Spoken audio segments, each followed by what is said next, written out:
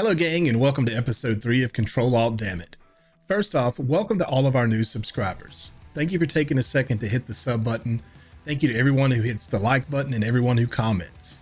In today's episode, we have news about Garry's mod, Deep Rock Galactic, Deliver Us the Moon, Alien Isolation, Deathbound, and some rumors about Gears of War and Bethesda. Thank you very much for taking a few moments out of your day to watch this video, and let's get into it. Facepunch Studios, developers of popular physics sandbox Garry's mod, appear to be next in line to watch Nintendo take their ball and go home, while threatening to sue anyone who looks at or admires the ball. In a Steam update, the studio said, "Some of you may have noticed that certain Nintendo-related workshop items have recently been taken down. This is not a mistake, the takedowns came from Nintendo." They went on to say, "Honestly, this is fair enough. This is Nintendo's content, and what they allow and don't allow is up to them. They don't want you playing with that stuff in Garry's mod, and that's their decision. We have to respect that and take down as much as we can." Nintendo has never been shy about putting a boot to the neck of someone they feel is infringing on their properties, and has the lawyers to pretty much ruin anyone that disagrees. Just ask the makers of Switch emulator Yuzu, who now owe Nintendo $2.4 million. 4 years after release, Ghost Ship Games are still pushing out content to fans of the co-op miner shooter Deep Rock Galactic. Season 5, planned to launch in June, will introduce the ability to return to older seasons and return to past versions of the game. Developers state that DRG will soon feature a season selection tab, allowing players to choose and play content from an older season. They go on to say that nothing is going away, and you'll still be able to play with anyone you like, and every single item can still be unlocked for free.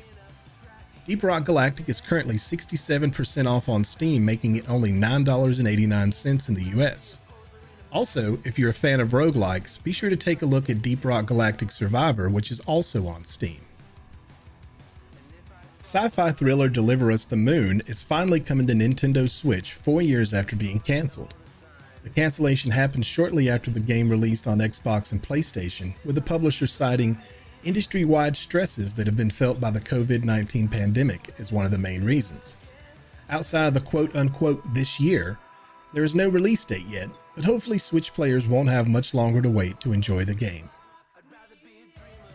Often touted as one of the best horror games ever made, Alien Isolation is 80% off on Steam until May 1st, making it only $7.99 in the US for the base game, or you can grab a bundle including the base game and all of its DLC for $9.99.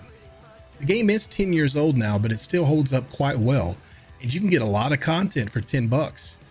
That's all I got to say about it. Don't miss this great deal. Game Informer has announced that Deathbound, a Souls-like with player classes, in addition to PC, will be coming to PS5 and Xbox Series later this year.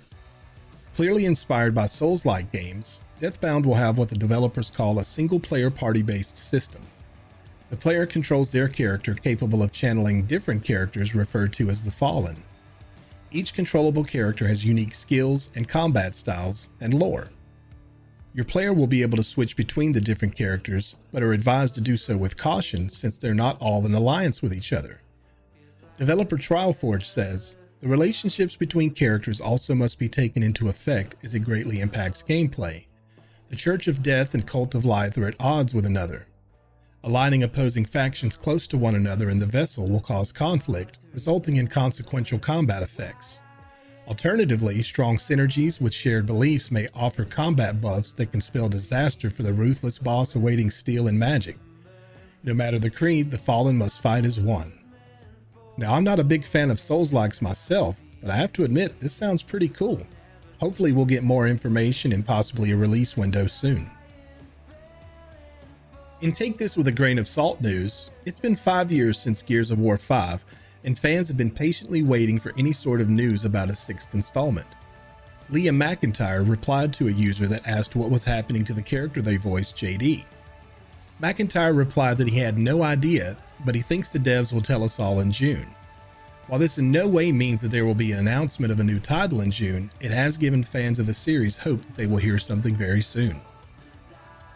In other rumor news, Microsoft may have quietly shut down Bethesda France. While there's been no official announcement from Microsoft, multiple people have claimed on social media that it has indeed been shut down. Back in January, Microsoft announced that it was planning on cutting around 1,900 employees in 2024. This number represents about 8% of Microsoft's workforce, though they did not clarify which areas of the company would be affected by the cuts. Here's to hoping the folks affected are able to bounce back quickly.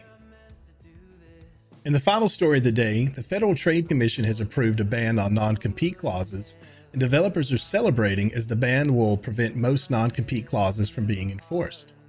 This should make it easier for developers to move to a new company and work on games much sooner than they were able to in the past. Before the ban, these clauses could have prohibited someone from moving to a similar job with another company, or even starting a new company that could be considered a rival before a set amount of time had passed. This final ruling from the FTC will prevent employers from enforcing fresh non-competes and render existing ones for everyone aside from senior executives unenforceable for 120 days after the rule is publicized in the Federal Register. This ruling is not limited to just the games industry, and there's still a bit of time before the ban is rolled out, but this should definitely be a positive and welcome change. And that does it for this episode of Ctrl Alt Dammit. I hope you enjoyed this one. Please keep your comments and suggestions coming, and if there's anything you'd like to see me talk about, feel free to let me know down below. If this was your first episode, I'm live on Twitch Sunday through Friday. I play a variety of games and I would love to get to know you and have you in the damnation. Stop by and let me know you came to the stream from YouTube, twitch.tv/dammittohell.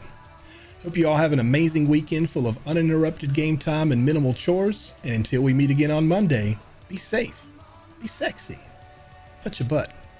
Bye.